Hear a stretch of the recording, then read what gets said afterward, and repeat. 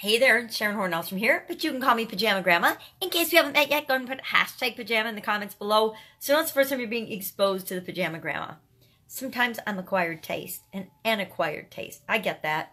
I totally get that, but that's intentional. So if you ever think that I am not being myself, I'm actually 100% being myself, so I can filter out the people that I shouldn't be working with, the people that can't relate to me.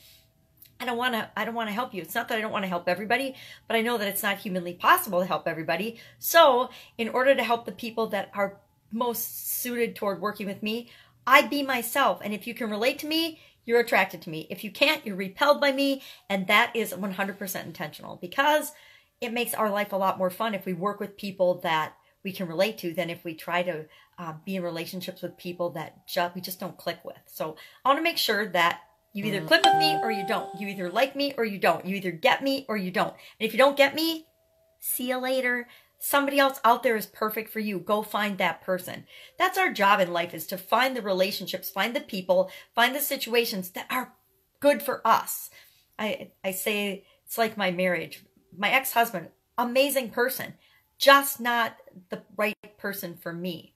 I like to think he feels the same way about me, but I have no idea. He might just think I'm a heinous witch, and that's fine too. I don't care, because it doesn't really matter.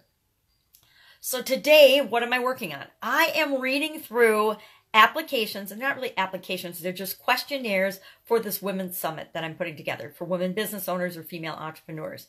And already determines that based on the number of people that want to participate and that are super qualified and amazing women business owners, we're going to have more than one summit. So I'm reading through the applications and I'm kind of just filtering through, okay, which of the 4 summits that we've got lined out already would this person be perfect for? And then once I get the speakers, what order should they be in? Then I have to send them an email, giving them the specifics, the invitation, what's the theme, what's the format, what do I need from them before we do the interview, and then can we schedule the interview so that we can get that ready or done and on the books.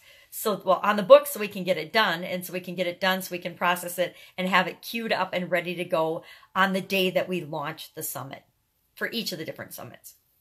So it's really fun. It's really amazing to read about people's backgrounds and stories and what they have to offer other business women, because some of it is absolutely positively incredible. So I'm reading through those. I started yesterday and I'm still not done. That's how many I've got. Lots and lots and lots. And the interesting thing about that is there's at least another 20 women that have agreed to be summit speakers that I've never sent the application to.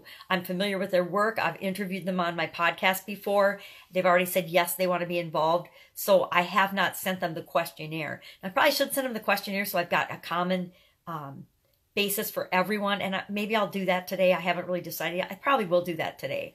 But I also need to then send out the format for this first summit and for the first group of speakers that will be a part of the very first summit.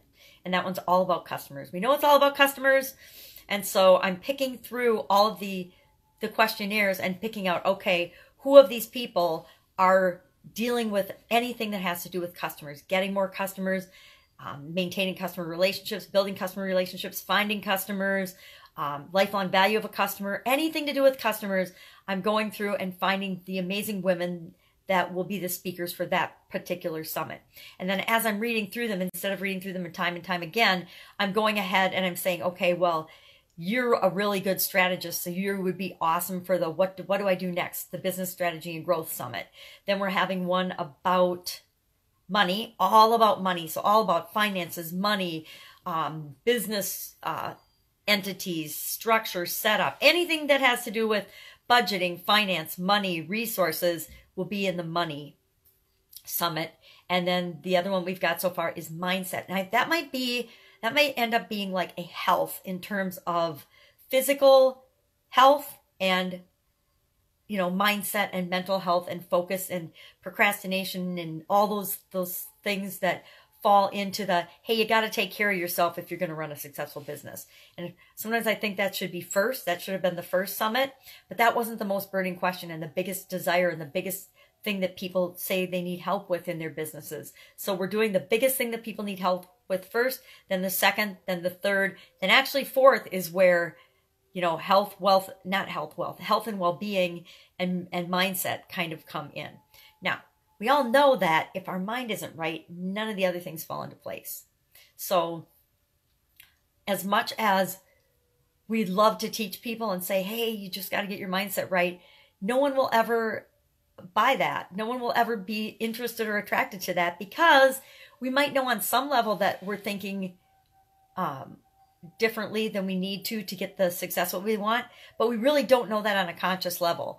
We only know what we know. We only know we can only see what we know right now. So something has to happen to interrupt our pattern or change our belief about what we're believing and thinking right now in order for change to occur. And so that's part of why the mindset one can't be until fourth or a ways in, because it isn't until you start seeing and changing certain things about how do you attract customers, how do you take the next step, how do you confidently know what the next step always is to grow, how do you have the financial basis, covering your nut, one of my coaching students calls it. I love that. Covering your nut is covering your basic living expenses and your basic expenses for a month. How do you get that nut covered so that you can go on and expand and grow beyond that? But we have a whole different mindset when we're struggling and stressing over money and getting that nut covered than we do after we've got more than enough business coming in, more than enough. Once we have more than enough, everything shifts and changes. We understand the possibility and the infinite abundance that exists in our universe, and we realize that it's possible for us as well. But until we get through those different stages, we're not even ready or open to see that. That's why we're rolling out in the order that we're rolling out. And it may work, it may not. I don't know yet. It's all new to me, but it makes sense. It makes sense that the first thing we need to do is we need to address your biggest concern. If we don't address your biggest concern and your biggest problem, you're not going to go you're not even going to pay attention to the first one. If you're not even going to pay attention to the first one, there's no opportunity to grow and develop and expand and achieve what it is you want to achieve with us through the rest of them. So, reading applications today, loving it. Not applications, they're questionnaires. They're not applications. It's not like a job you're getting paid for. It's all volunteers that are doing this summit because we want to help make the world a better place by helping women make their businesses better. And so I'm going through the questionnaires. I do think I might send the questionnaires to everybody just so we have a common ground and I can set up a process and a system so that I don't have to be the one that does all of this every time. I can actually set the system up so someone else could go ahead and be the person that sends out the questionnaires. Somebody else could be the person that gets and reads the questionnaires and then divvies them into the different categories or piles. And I'm sure as I read more of these, I'll find more topics and more ideas. Like for example, the topic of leadership. Leadership is a huge, and team building. That's a huge topic. Where exactly does that fit in? Where does leadership, how about open-mindedness and flexibility? Those to me are, and procrastination and stress and doubt and fear and worry and limiting beliefs. That all falls in mindset to me, but some of that falls into the others as well. But for example, leadership. Where exactly does leadership fall? Does leadership fall in a customer summit?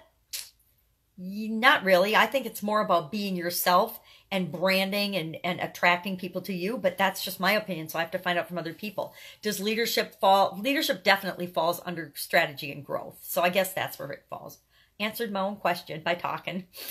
So leadership, I guess, would probably be in summit number 2, strategy and what do I do next? Well, what do I do next is maybe I got to become the leader that's capable of leading this organization.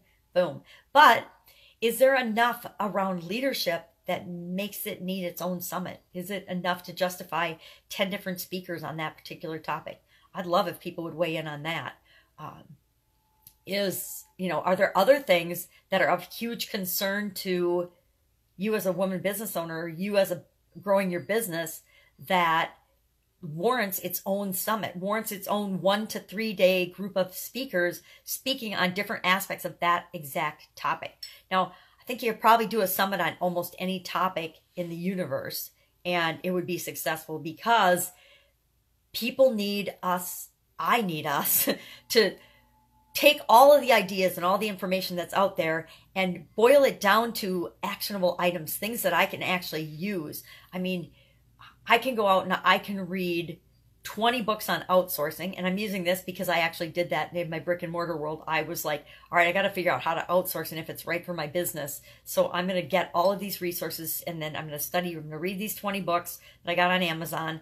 Then I'm going to go online and I'm going to search, and I'm going to figure out, is this the right thing for me? And if it is, then I want to know everything about it and how to go about doing it. So I could do that. But is that maybe that's a topic? Maybe outsourcing or freelancing or getting other people to do work for you or delegating, maybe that should be an entire summit. I guarantee we can find 10 speakers to talk about outsourcing to do a one-day summit on that particular topic. Any topic that you can think of. Team building. I know I used to do team building and leadership. I know each of those could be their own one-day summit for sure. So if you've got comments or thoughts or feelings about that, go ahead, put them in the comments below or direct message me and let me know if you think that any particular topic should be covered. And if you're an expert in that area, let me know that too so I can get you a questionnaire. Here's the deal though, you gotta be a woman because it's a women's summit with all women speakers. So it's really fun. Actually, I know some amazing experts that are men in certain categories. And now my fun challenge has been, and I just sent a friend request to a lady today about that, because as I know of men that are experts in a certain area, now I'm looking for, okay, well, who's the best woman in that field and in that area? Because I know there always is one.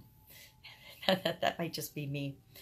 You know, for example, so storytelling is something that I think is important in attracting customers and keeping customers in your business, is being able to tell stories. So I know some amazing men who have businesses teaching storytelling, but I want to find a couple of women that are really good at sharing their story and storytelling and delivering messages to their customers or the people, the prospects that they want to be their customers. So that's it. Lots of Women's Summit work today. A little more Christmas decorating because it's that time of year.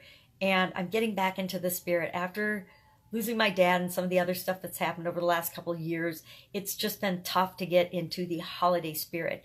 And I used to go all out for Christmas. I used to decorate the whole house. We'd have a fake tree upstairs, a real tree downstairs, and then I would decorate the entire house, the kids' rooms, the living room, the family room, the kitchen, my bedroom, every room in the house had a little Christmas tree or had Christmas decorations in it.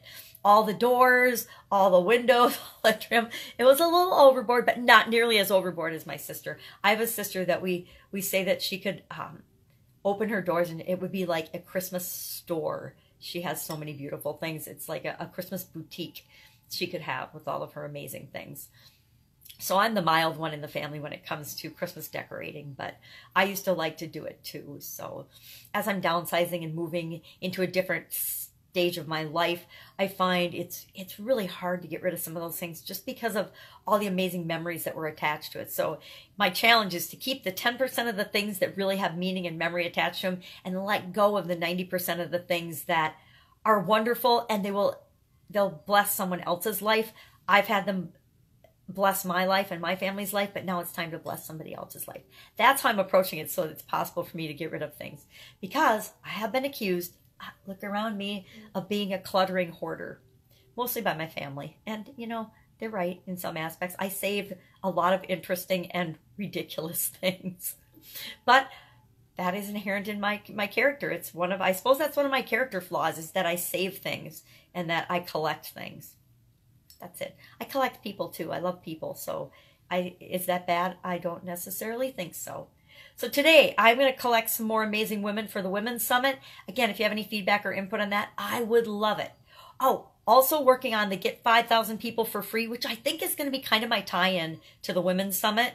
Or it's going to be my part of it. I think it's going to be what I share and what I talk about is how I was challenged to do that and how I went about doing it. And wherever I am in January, how many people I have or have not gotten at that 5,000 mark, I'm going to share that, I think, as part of the summit, because I think it's a good case study of myself in terms of how we get distracted with everyday life and how we get challenged to do something. And if it isn't our number one priority, if it isn't our number one focus, which it's not my number one priority and it's not my number one focus, it's just a challenge that's on the side. So everything I'm doing in my personal life and for my clients and my business, everything I'm doing for my family, everything I'm doing for the Women's Summit, then comes this challenge, right? So It's, you know, definitely number 4 or 5 down on my list of priorities.